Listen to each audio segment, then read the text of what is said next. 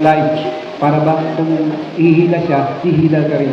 Dalawa na kayong magpapasan sa isang responsibilidad ng pagkakayo ng isang tinatawag na pamilya.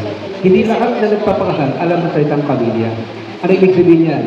Kapag hindi nyo kampanan ang inyong tungkulin bilang magkatuwang sa responsibilidad na ito, ibig sabihin, you don't know what is the meaning of marriage. Sapagkat ito ay tuwang, no? Magkatuwang kayo na magpapasal ito. Marriage, again, ito pang isang tandaan nyo ha, marriage is to renounce singleness forever. Yan, kasi yung baka mamaya, madalas pag-aawayan, yung friends, no, mabarkada, kinasal na, may barkada pa rin, matuto kayo makipag-divorce. Huwag sa asawa, sa barkada. Right? Pwede i-divorce, hindi mo, oh, sorry, pero tapos na kontrata kasi yung mga friends. Siguro once in a while. But if you are a marriage person, you need to focus your mind to your partner and to the needs of your future family. Naintindihan natin, Rigel? Eron? Okay, so, pwede na tayo. Sapat na yun. Diba, nag-counseling na tayo. Mga ninang at mga ninong, kapag sabihin nyo okay na, tatapusin na natin, mabidikaturin na agad tayo. Okay na? Sapat na yun? Ha? Pag naghiwalay sila, kayo may kasalanan. Kasi, pinutol nyo, mayroon pang, may kasunod pa. Huwag kayo mag-alala. Yung ating mga server dyan ay handang-handa na paglingkod na mamaya. Okay. Alam niyo bang salitang PDF? Yung mga nasa, nag-aaral, yung mga nasa college, PDF. Ginagamit natin yan na file. Ano yung ng PDF? Kesa yung Word, Microsoft. Ano yung PDF?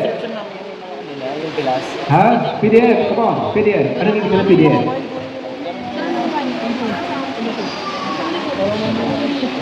Portable document format. Ayun sa computer. Portable document format. Pag sabing portable, hindi ko rin alam eh. Nadadala, portable. Isa siyang dokumento pwedeng dalhin, ililipat sa isang format na hindi na pwedeng galawin. In marriage, wala nang pwedeng gumalaw and Rachel. Today, you're going to promise and make a pledge to yourself. Whatever happens, whether you like, whether in life or death, you can not separate each other. Tama? Okay, what is the PDF of marriage? Number one,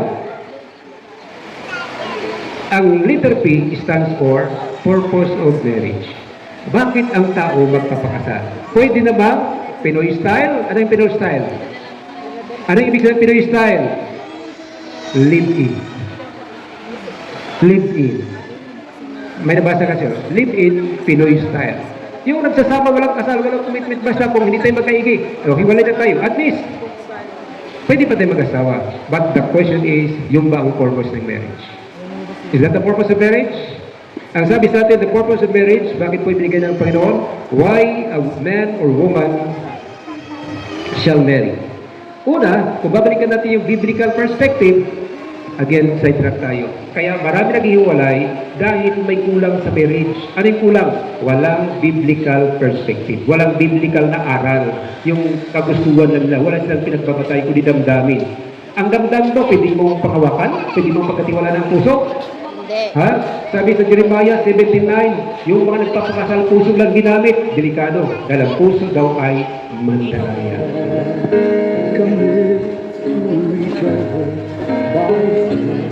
Walang live.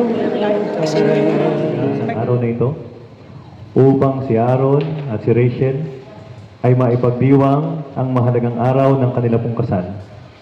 Kayo po, O Diyos, ang mayakda ng pag-aasawa. Kayo ang pundasyon ng pag-ibig at buhay bilang magkasintahan na kanila pong sinimulan nung inyo pong itinadhana ang araw ng kanila pong pagtatagpo at inilaan ang panahon na ito upang kanilang italaga ang kanilang buhay sa bawat isa. Kalakip ang mga pangako na kanila pong nasambit. Sa inyo pong banal na harapan, O Diyos, ay nais po nilang kilalanin na sa inyong kapangyarihan mamumuhay sila bilang mag-asawa. Kaya po sa oras pong ito, kanila pong inilalagak ang kanila pong panahon na sinisimbolo ng kanilang buhay, na ang kanilang mga kamay ay nakalapat sa inyo pong banal na kasulatan bilang pagkilala na ang kanila pong pagtatalaga ay hindi lang sa bawat isa, kundi sa inyo pong banal na harapan, diyan sa inyong trono sa langit na bayan, na kung saan bumubukal ang wagas at dalisay na pag-ibig Kaya ngayon, O Diyos, ang aming pong dalangin ay patuloy niyo pong pagpalain ang pagsasama ni Aaron at ni Rachel na inyo pong mga anak. Na sa kanilang pamumuhay, O Diyos, kayo ang maging sentro ng kanilang pagsasama. Bigyan niyo sila ng pagkakataong mag-worship po sa inyo at patuloy na makasamba sa inyo pong dakilang pangalan at maging mga lingkod nyo sa gawain ng inyong iglesia na dadaloy sa kanila ang inyong pag-ibig at ang pagpapala ng langit ay sasagana sa kanila pong buhay. Pagpalain niyo po ngayon si Aaron bilang ama ng kanila pong magiging tahanan at bilang isang asawang lalaki na kanya pong maitataguyod ang sambahayan ng inyong pagkakalob sa kanya na may pagtatanggol niya ang kanyang mahal na asawa at kanyang gagawin ang lahat ng pinakamabuti upang maipagkaloob ang mga pangangailangan na sa inyo po ipinagkakaloob sa kanya. Salamat po, O Panginoon, dahil kayo rin na magbibigay sa kanya ng kalakasan upang makapagpatuloy sa paghahanap buhay na inyo pong sasapatan ang kanilang pangangailangan sa bawat araw at sa kanyang pagiging ama ng kanilang pong mga anak. Pagpalain niyo po siya ng matibay na pananampalataya upang maakay ang kanya pong asawa kasama ng kanila pong mga magiging anak sa inyo pong banal na paanan. Ganun din po, pagpalain niyo po si Rachel bilang kanilang ina ng tahanan at mapagmahal na asawang babae na kanya pong katapatan ay ilalagak niya sa kanya pong mahal na asawa at ang kanyang paglilingkod ay bahagi ng kanyang pagiging ilaw ng kanila pong tahanan na kung saan mamamalas ang wagas na pag-ibig ng isang ina na pagkakaloob niyo po sa kanya na patuloy niyong bubuksan ang kanya pong bahay bata upang doon ay dadaloy at mabubuo ang mga binhi ng kanilang katotohanan na ang pamilya pong ito, ang mag-asawang Aaron at Rachel, ay inyo pong pinagsama ng inyo pong dalisay na pag-ibig at mamumuhay hindi lang po sa mundong ito, kundi sa tahanang inyo pong ihanda dyan sa langit na bayan.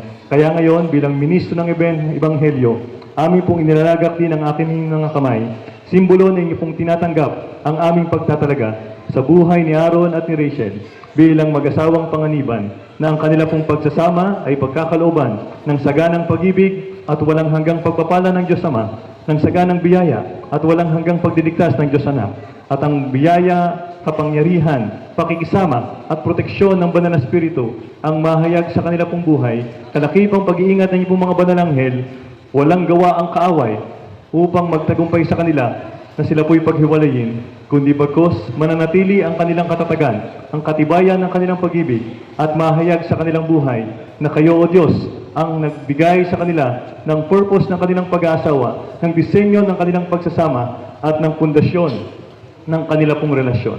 Salamat po, O Diyos, dininig niyo na ang aming panalangin at tinanggap ang aming pagtatalaga sa buhay ni Aaron at ni Rachel, ang mag-asawang panganiban mula sa araw na ito hanggang sa kayo'y aming makita na sa alapap ng langit. Sa inyo po namin ibinibigay ang kanilang buhay bilang mag-asawa, ang pagpapala ng langit at ang ipong mayamang basbas at bendisyon, ang kanilang maging karanasan. Ito po'y aming dinadalangin alang-alang lamang po sa matamis na pangalan ng aming kaibigan at manunubos, ang dakilang kapahayagan ng iyong wagas na pag-ibig.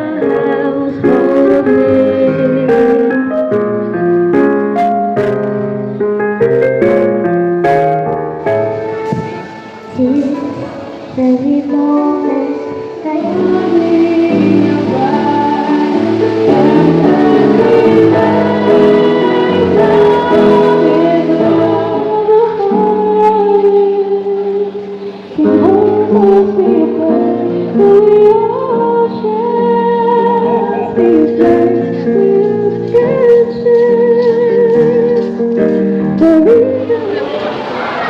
Kayos plato.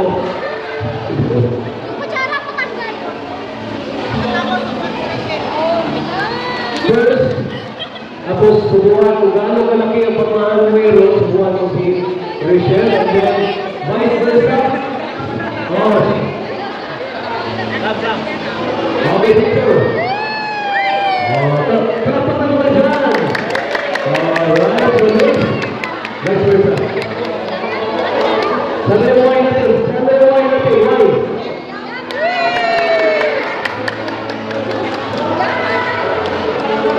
Alright, dito kayo sa table nyo.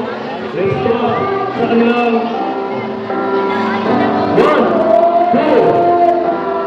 3. O, palakpak na ba kayo dyan? Cheers! Rachel! Cheers! Akin na yan! Akin na, wala ka wala.